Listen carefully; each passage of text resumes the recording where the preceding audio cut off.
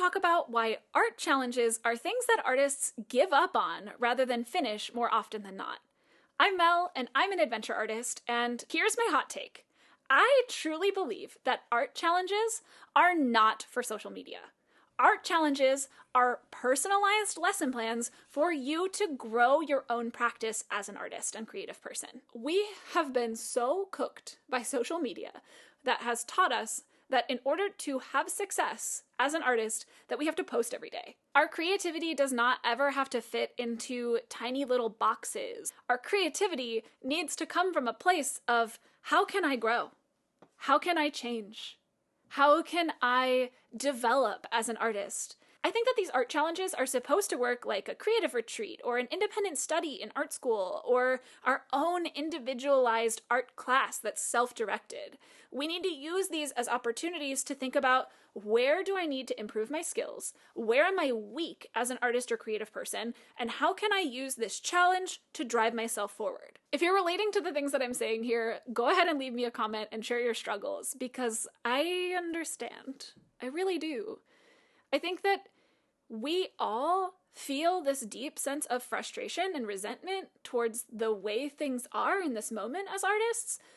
But at the end of the day, our process and our ability to connect to our intuition and ourselves through our creative practice is the fundamental thing that sets us apart from any of this AI nonsense. So I did the challenge PleinAirpril, and I want to read to you the challenge guidelines from Warrior Painters.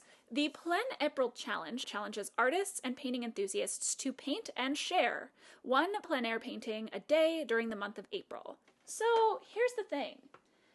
If we want to challenge our art, fundamentally, I don't think that we can also have the expectation for ourselves to post every day.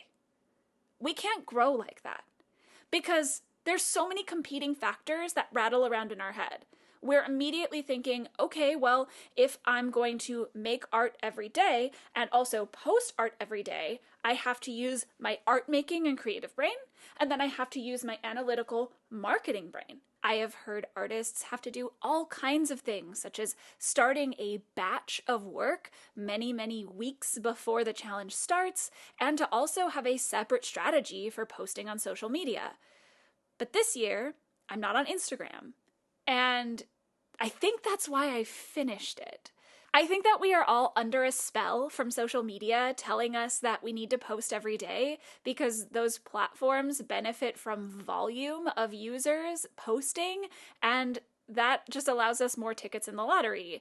And that doesn't help our art. Let's be real. I am here posting on YouTube because I can take a couple of weeks off. I actually don't feel pressure on this platform at all to post on a rigid schedule. These common art challenges are really, really great opportunities for us to grow in our practice, to try new things, to challenge ourselves, to become better artists, right? They're called art challenges, not just art make every day for social media posting, right? So the challenge aspect is supposed to be focused on our own growth. And I think that's why so many of us don't finish these challenges. It's hard for us to think about all of our work and everything that we make as this one rigid thing, because we're chaotic. We are people that contain multitudes, and I think that's what makes us interesting. With all of that, I think these art challenges pose a unique problem with those competing factors, where we feel that if we're going to make art in a challenge, that we have to make sure that it looks good on a grid, that it looks good compared to all of our other things. Those two ideas are directly opposed to one another. I think that it's time for us to start looking at art challenges as ways to create a self-directed class. If you saw my video about how I evaluate my sketchbook halfway through, which on this challenge, I finished her, and I'm so excited to do a sketchbook tour, so let me know down in the comments if you want to see that soon. As an artist, there's a significant difference between our learning and our performance. I think for these challenges, it's better for us to make the work, let it ferment, allow ourselves to be our true human selves, and then once we've had a little bit of time to think about it, we can then present it to the world. So last month, April, I made 33 paintings during the PleinAirpril challenge. I hurt my back, and because I hurt my back, I haven't been able to hike pretty much at all. And because of that injury, I decided this is the perfect opportunity for me to do an art challenge, for me to try and grow and push my work. I want my work to be a little bit more whimsical. I want it to be a little bit looser, a little bit more impressionistic, but also have a voice that's really me. I went to art school and I learned to create good paintings to get good grades. I learned how to make paintings that look like photos. And as I've been doing makers markets and things of that nature, so often people come up to me and they're like, oh, are these photos? And then they realize they're paintings. And I don't like that interaction with my work. It's been a little bit embarrassing, and I want there to be a little bit more of a looseness and a little bit more of my hand in the work that I'm putting out there in the world. So that was really my challenge this month, is to say, how can I get a little bit more loose and expressive? How can I be a little bit more in the moment, in the present, and think about what's best for the painting rather than how I could recreate the image perfectly? So I started by having my partner actually load up all of my art supplies, my easel, snacks, water, a camping chair, into the wagon that I use for makers markets and roll it out to the flattest trailheads that we could find. I can't walk up or down very much at all, and I can really only walk very short distances. So I went out to this really gorgeous spot where I know I can find poppies. And where I went, I spent some time working on this piece, and I'm really happy with how this turned out. I was definitely a lot looser. I'm challenging myself to use bristle brushes rather than synthetic brushes, because synthetic brushes allow me to get kind of blocky shapes, but bristle brushes allow me to have much softer edges. I was able to get the feeling of the poppies and of all the native grasses sort of blowing in the wind, and I had such a good time that I went and ate lunch and came back that same day to actually paint those same poppies at golden hour. And this one, to me, is so exciting. So this was a square composition, so changing the composition a little bit. And I even changed the shape of the way that the trail was moving. And this was a thing that I didn't realize I could do, was to just be expressive and playful and not necessarily have to make it look exactly like what I see, but I could instead use what I see as a reference and then start to make things up. As an artist, I get to be a little bit more of a fiction writer. I don't necessarily have to make things look exactly as I see, but I can push it a little bit further in and away from what I see. And I'm going to use both of these paintings, both this one and this one, to help me finish a studio painting of this same hill that I've been struggling with for over a year. So next I ended up going on a trip to Humboldt County. I love it up there. I love Northern California. I think it's so, so wonderful. And I went to one of my favorite forests. And I'm hanging out in my favorite forest, and I start working on this piece of these dead redwood trees. I have always found redwood trees that are carved out like this or that have died to be incredibly evocative. I think it's really cool to watch how other trees are rebirthed around these sort of ancestor trees, and I also love the way in which they become homes for small creatures and mushrooms in the forest. So I'm standing there painting, having a great time, observing this absolutely stunning moss on this old redwood. And this man comes out of nowhere running, like running. And he goes, finally, someone who paints in this place. And that stuck with me way more than any comment that I've ever gotten on a post on something like Instagram, where a human and I were able to connect in person. And he was so excited to see somebody honoring this space that he loves too. And that, I think, is where the magic lives. That, I think, is what art is about. And I'm really excited to turn this into a finalized studio painting. The light was just so sparkly and gorgeous. So go to the places that you love and paint them. I do think that the values in this painting are not as strong, and that's something that I looked at on all of my pieces from this past month, is that I can really, really use a little bit more strength in finding my values while I'm out in the landscape. So I think I'm going to be using the little pinhole tool that allows me to see values more distinctly on my viewfinder a lot more. So next up, I went to Sumag State Park, which is up in Trinidad, California, and I made this painting of Wedding Rock. And this was really fun. It was so cool to see this place because I've made a sticker of, actually 2 stickers of this exact spot. And I love this area, but I've never been able to get the color just right. And color, when you're painting in the landscape, is so much richer. You see so much more than you would if you're working from a photograph. I can tell with this one that I've grown, and that's huge. So just with 4 paintings, I'm already feeling this sense of growth and this sense into my voice. And then I was like, okay, I need to do more. So I went to stay at a friend's homestead, and they've got this really great creek on their property, so I had my partner wagon wheel all of my stuff out and set it up by the creek, and this is what I created there. I like the whimsiness and looseness of the brushstrokes in this painting, but I do wish that it had a little bit more value shifts. Working in this way has revealed to me so many of my strengths and weaknesses. I think that one of my strengths is color, but one of my biggest weaknesses is how I want to approach shape and how I want to approach value when I'm observing from life.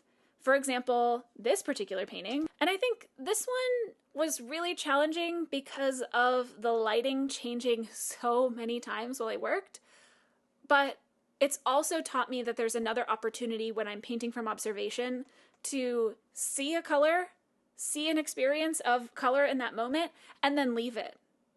And don't mess with it. It's also revealed in me a level of self-control or needing to let go and not try to control everything. If you look at my work, especially my work going back, like my screenshot series or even my Windows series, I'm a really anxious person, so my tendency is to just channel my anxiety directly into a space of how can I make this look exactly as I see it, exactly as the photograph rendered it, right? But I don't think that that is the point. I think the point of the Impressionists was to get an impression of the moment, was to just showcase that light in that moment, right? Like I think about Haystacks at Sunset by Monet and how those paintings had to happen very quickly because that kind of light and that kind of color doesn't last long. So you have to be smart and quick with how you're rendering the image. So lots of fun opportunities are coming up for me in working in this way. And I wouldn't have done it had I not decided to opt into an art challenge. I actually ended up going and doing a plein air gathering in Golden Gate Park, and I did this little gouache painting in my new sketchbook. Again, I'm realizing that like a couple of things are happening here. One, it feels very stylized, kind of storybooky and whimsical, which is different for my work, but it also is allowing me to see light and color in ways that I otherwise can't from a photo. So I also made 2 other sketches in this sketchbook based on photos. So this is me using a photo reference. And you can see how much more rigid my marks get, but also I'm trying to bring in that sense of whimsy, especially with these 2, where I'm asking myself like, okay, what would Miyazaki do? How would this be rendered if it were like a slow moment in a Miyazaki film? So many different things are being revealed to me. So what I want you to get out of this is the fact that I don't think it's realistic to expect yourself to make art every day. I don't think that that's realistic. I think that life gets in the way. Even during this challenge, I had days where I just didn't make anything at all, or I would just knit, or I just needed to rest because I was in so much pain. And then there were other days where I made like 6 paintings in a day. I think that art education should be accessible and affordable. That's why I kind of went off about art schools in a video that I made last July. And I really think that there's so much to unlock here for ourselves in these challenges. And a lot of my approaches for this come from the fact that I've been an arts educator for 13 years. Which means that I love working one-on-one with people to help with this.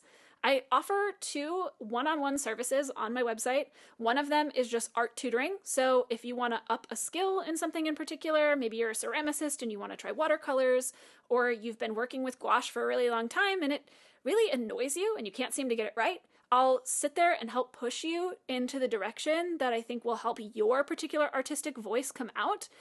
Another thing that I do is creative retreats that are all virtual, so we can meet one-on-one, and we can actually set up essentially an art challenge for you to go stay at a hotel or an Airbnb, or to just stay in your house without any other responsibilities, take some time off work, do a staycation, and make art and figure out exactly what you want your voice to be. So if those are things that interest you, I'll put some links down below. If you don't have money to pay me right now, you can also take a look at my Substack. That is where I share creative prompts every single month, and this month I actually shared 4 creative quests that you can do in community with others. So I'll link to that post down below as well.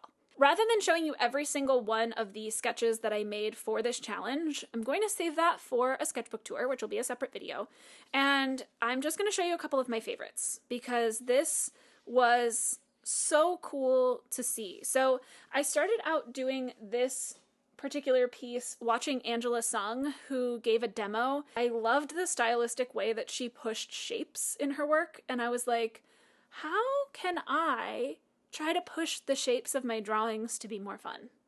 How can I learn from her and not try to do exactly what she's doing, but do it in my own way, right? Like do karaoke of her.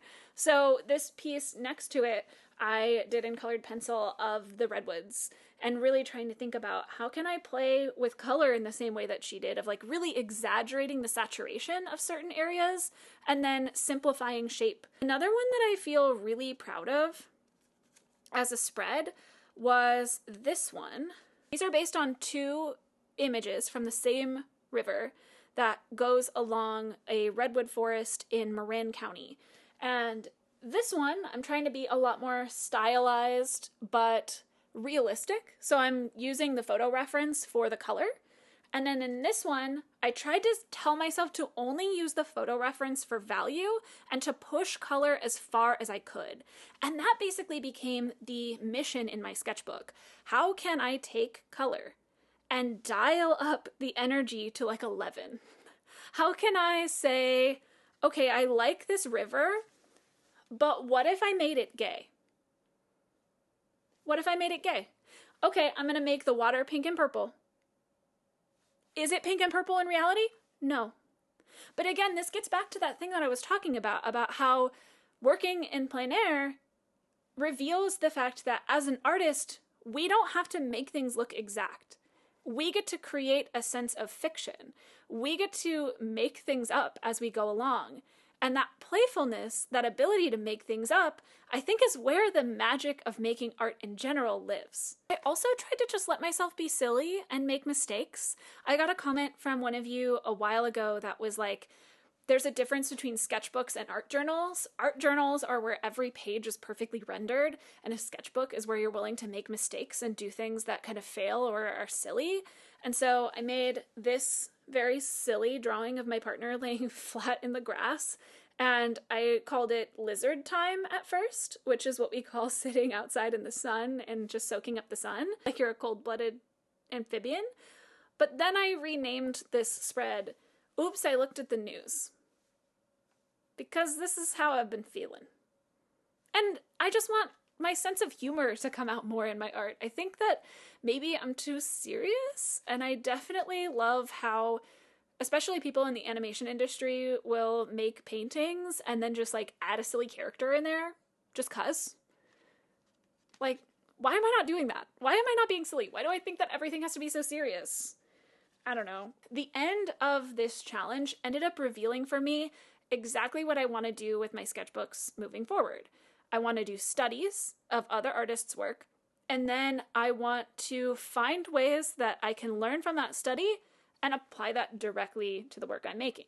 So I made this study in my sketchbook of Robert Genn, and this looks so cool. The painting itself was amazing, and I was like, okay, I'm going to try that oil painting with gouache in my sketchbook. So then I started working on this one, which was another study of Scott Hamill, and then this painting is a secondary study of this one. So that way I was actually asking myself the question of, hey, what would happen if I tried to just leave it as it was before I kind of covered up certain areas that maybe I should have left? How can I make it more of an impression? I feel like this was a huge win for me too, in that here's the reference photo, and then this is the thing that I ended up creating, and I really was just exaggerating color. Like really just going all out and seeing how far I could push things. And that, I think, is where the magic lies in all of this. So overall, by doing this challenge, I learned that painting outdoors is a great way for me to loosen up.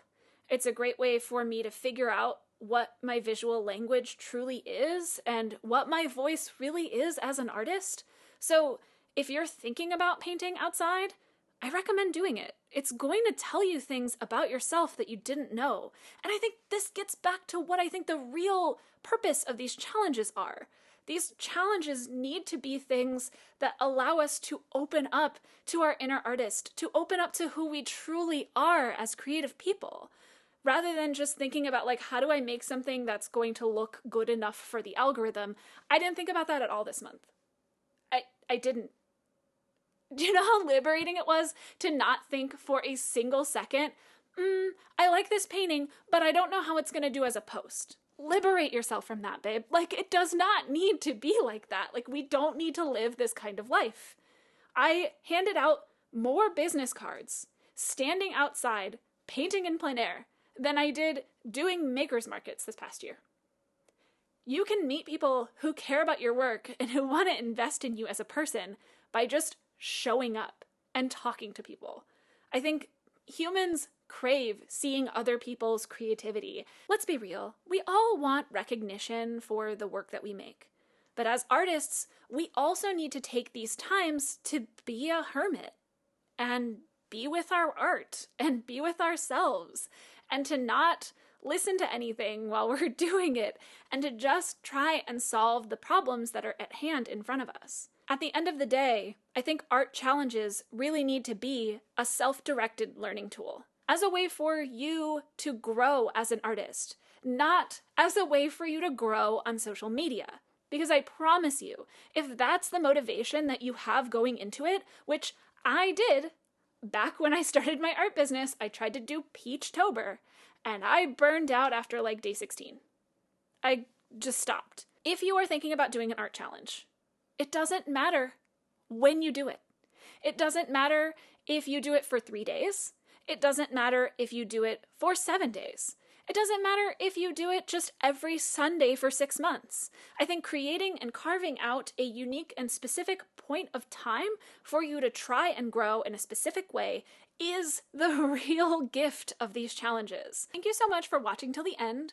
As you can tell, I have quite a few problems to solve on my plate, and maybe you'll choose to subscribe to watch as I continue to go on art adventures, paint in the landscape, improve my values, increase my sense of whimsy in my work, and really push color from observation. So if that sounds like cool to you, subscribe. Go ahead and share this video with someone else in your life who is struggling with art challenges or feels pressure to always post on social media. And until next time, stay creative and find your own ways to persistently bloom.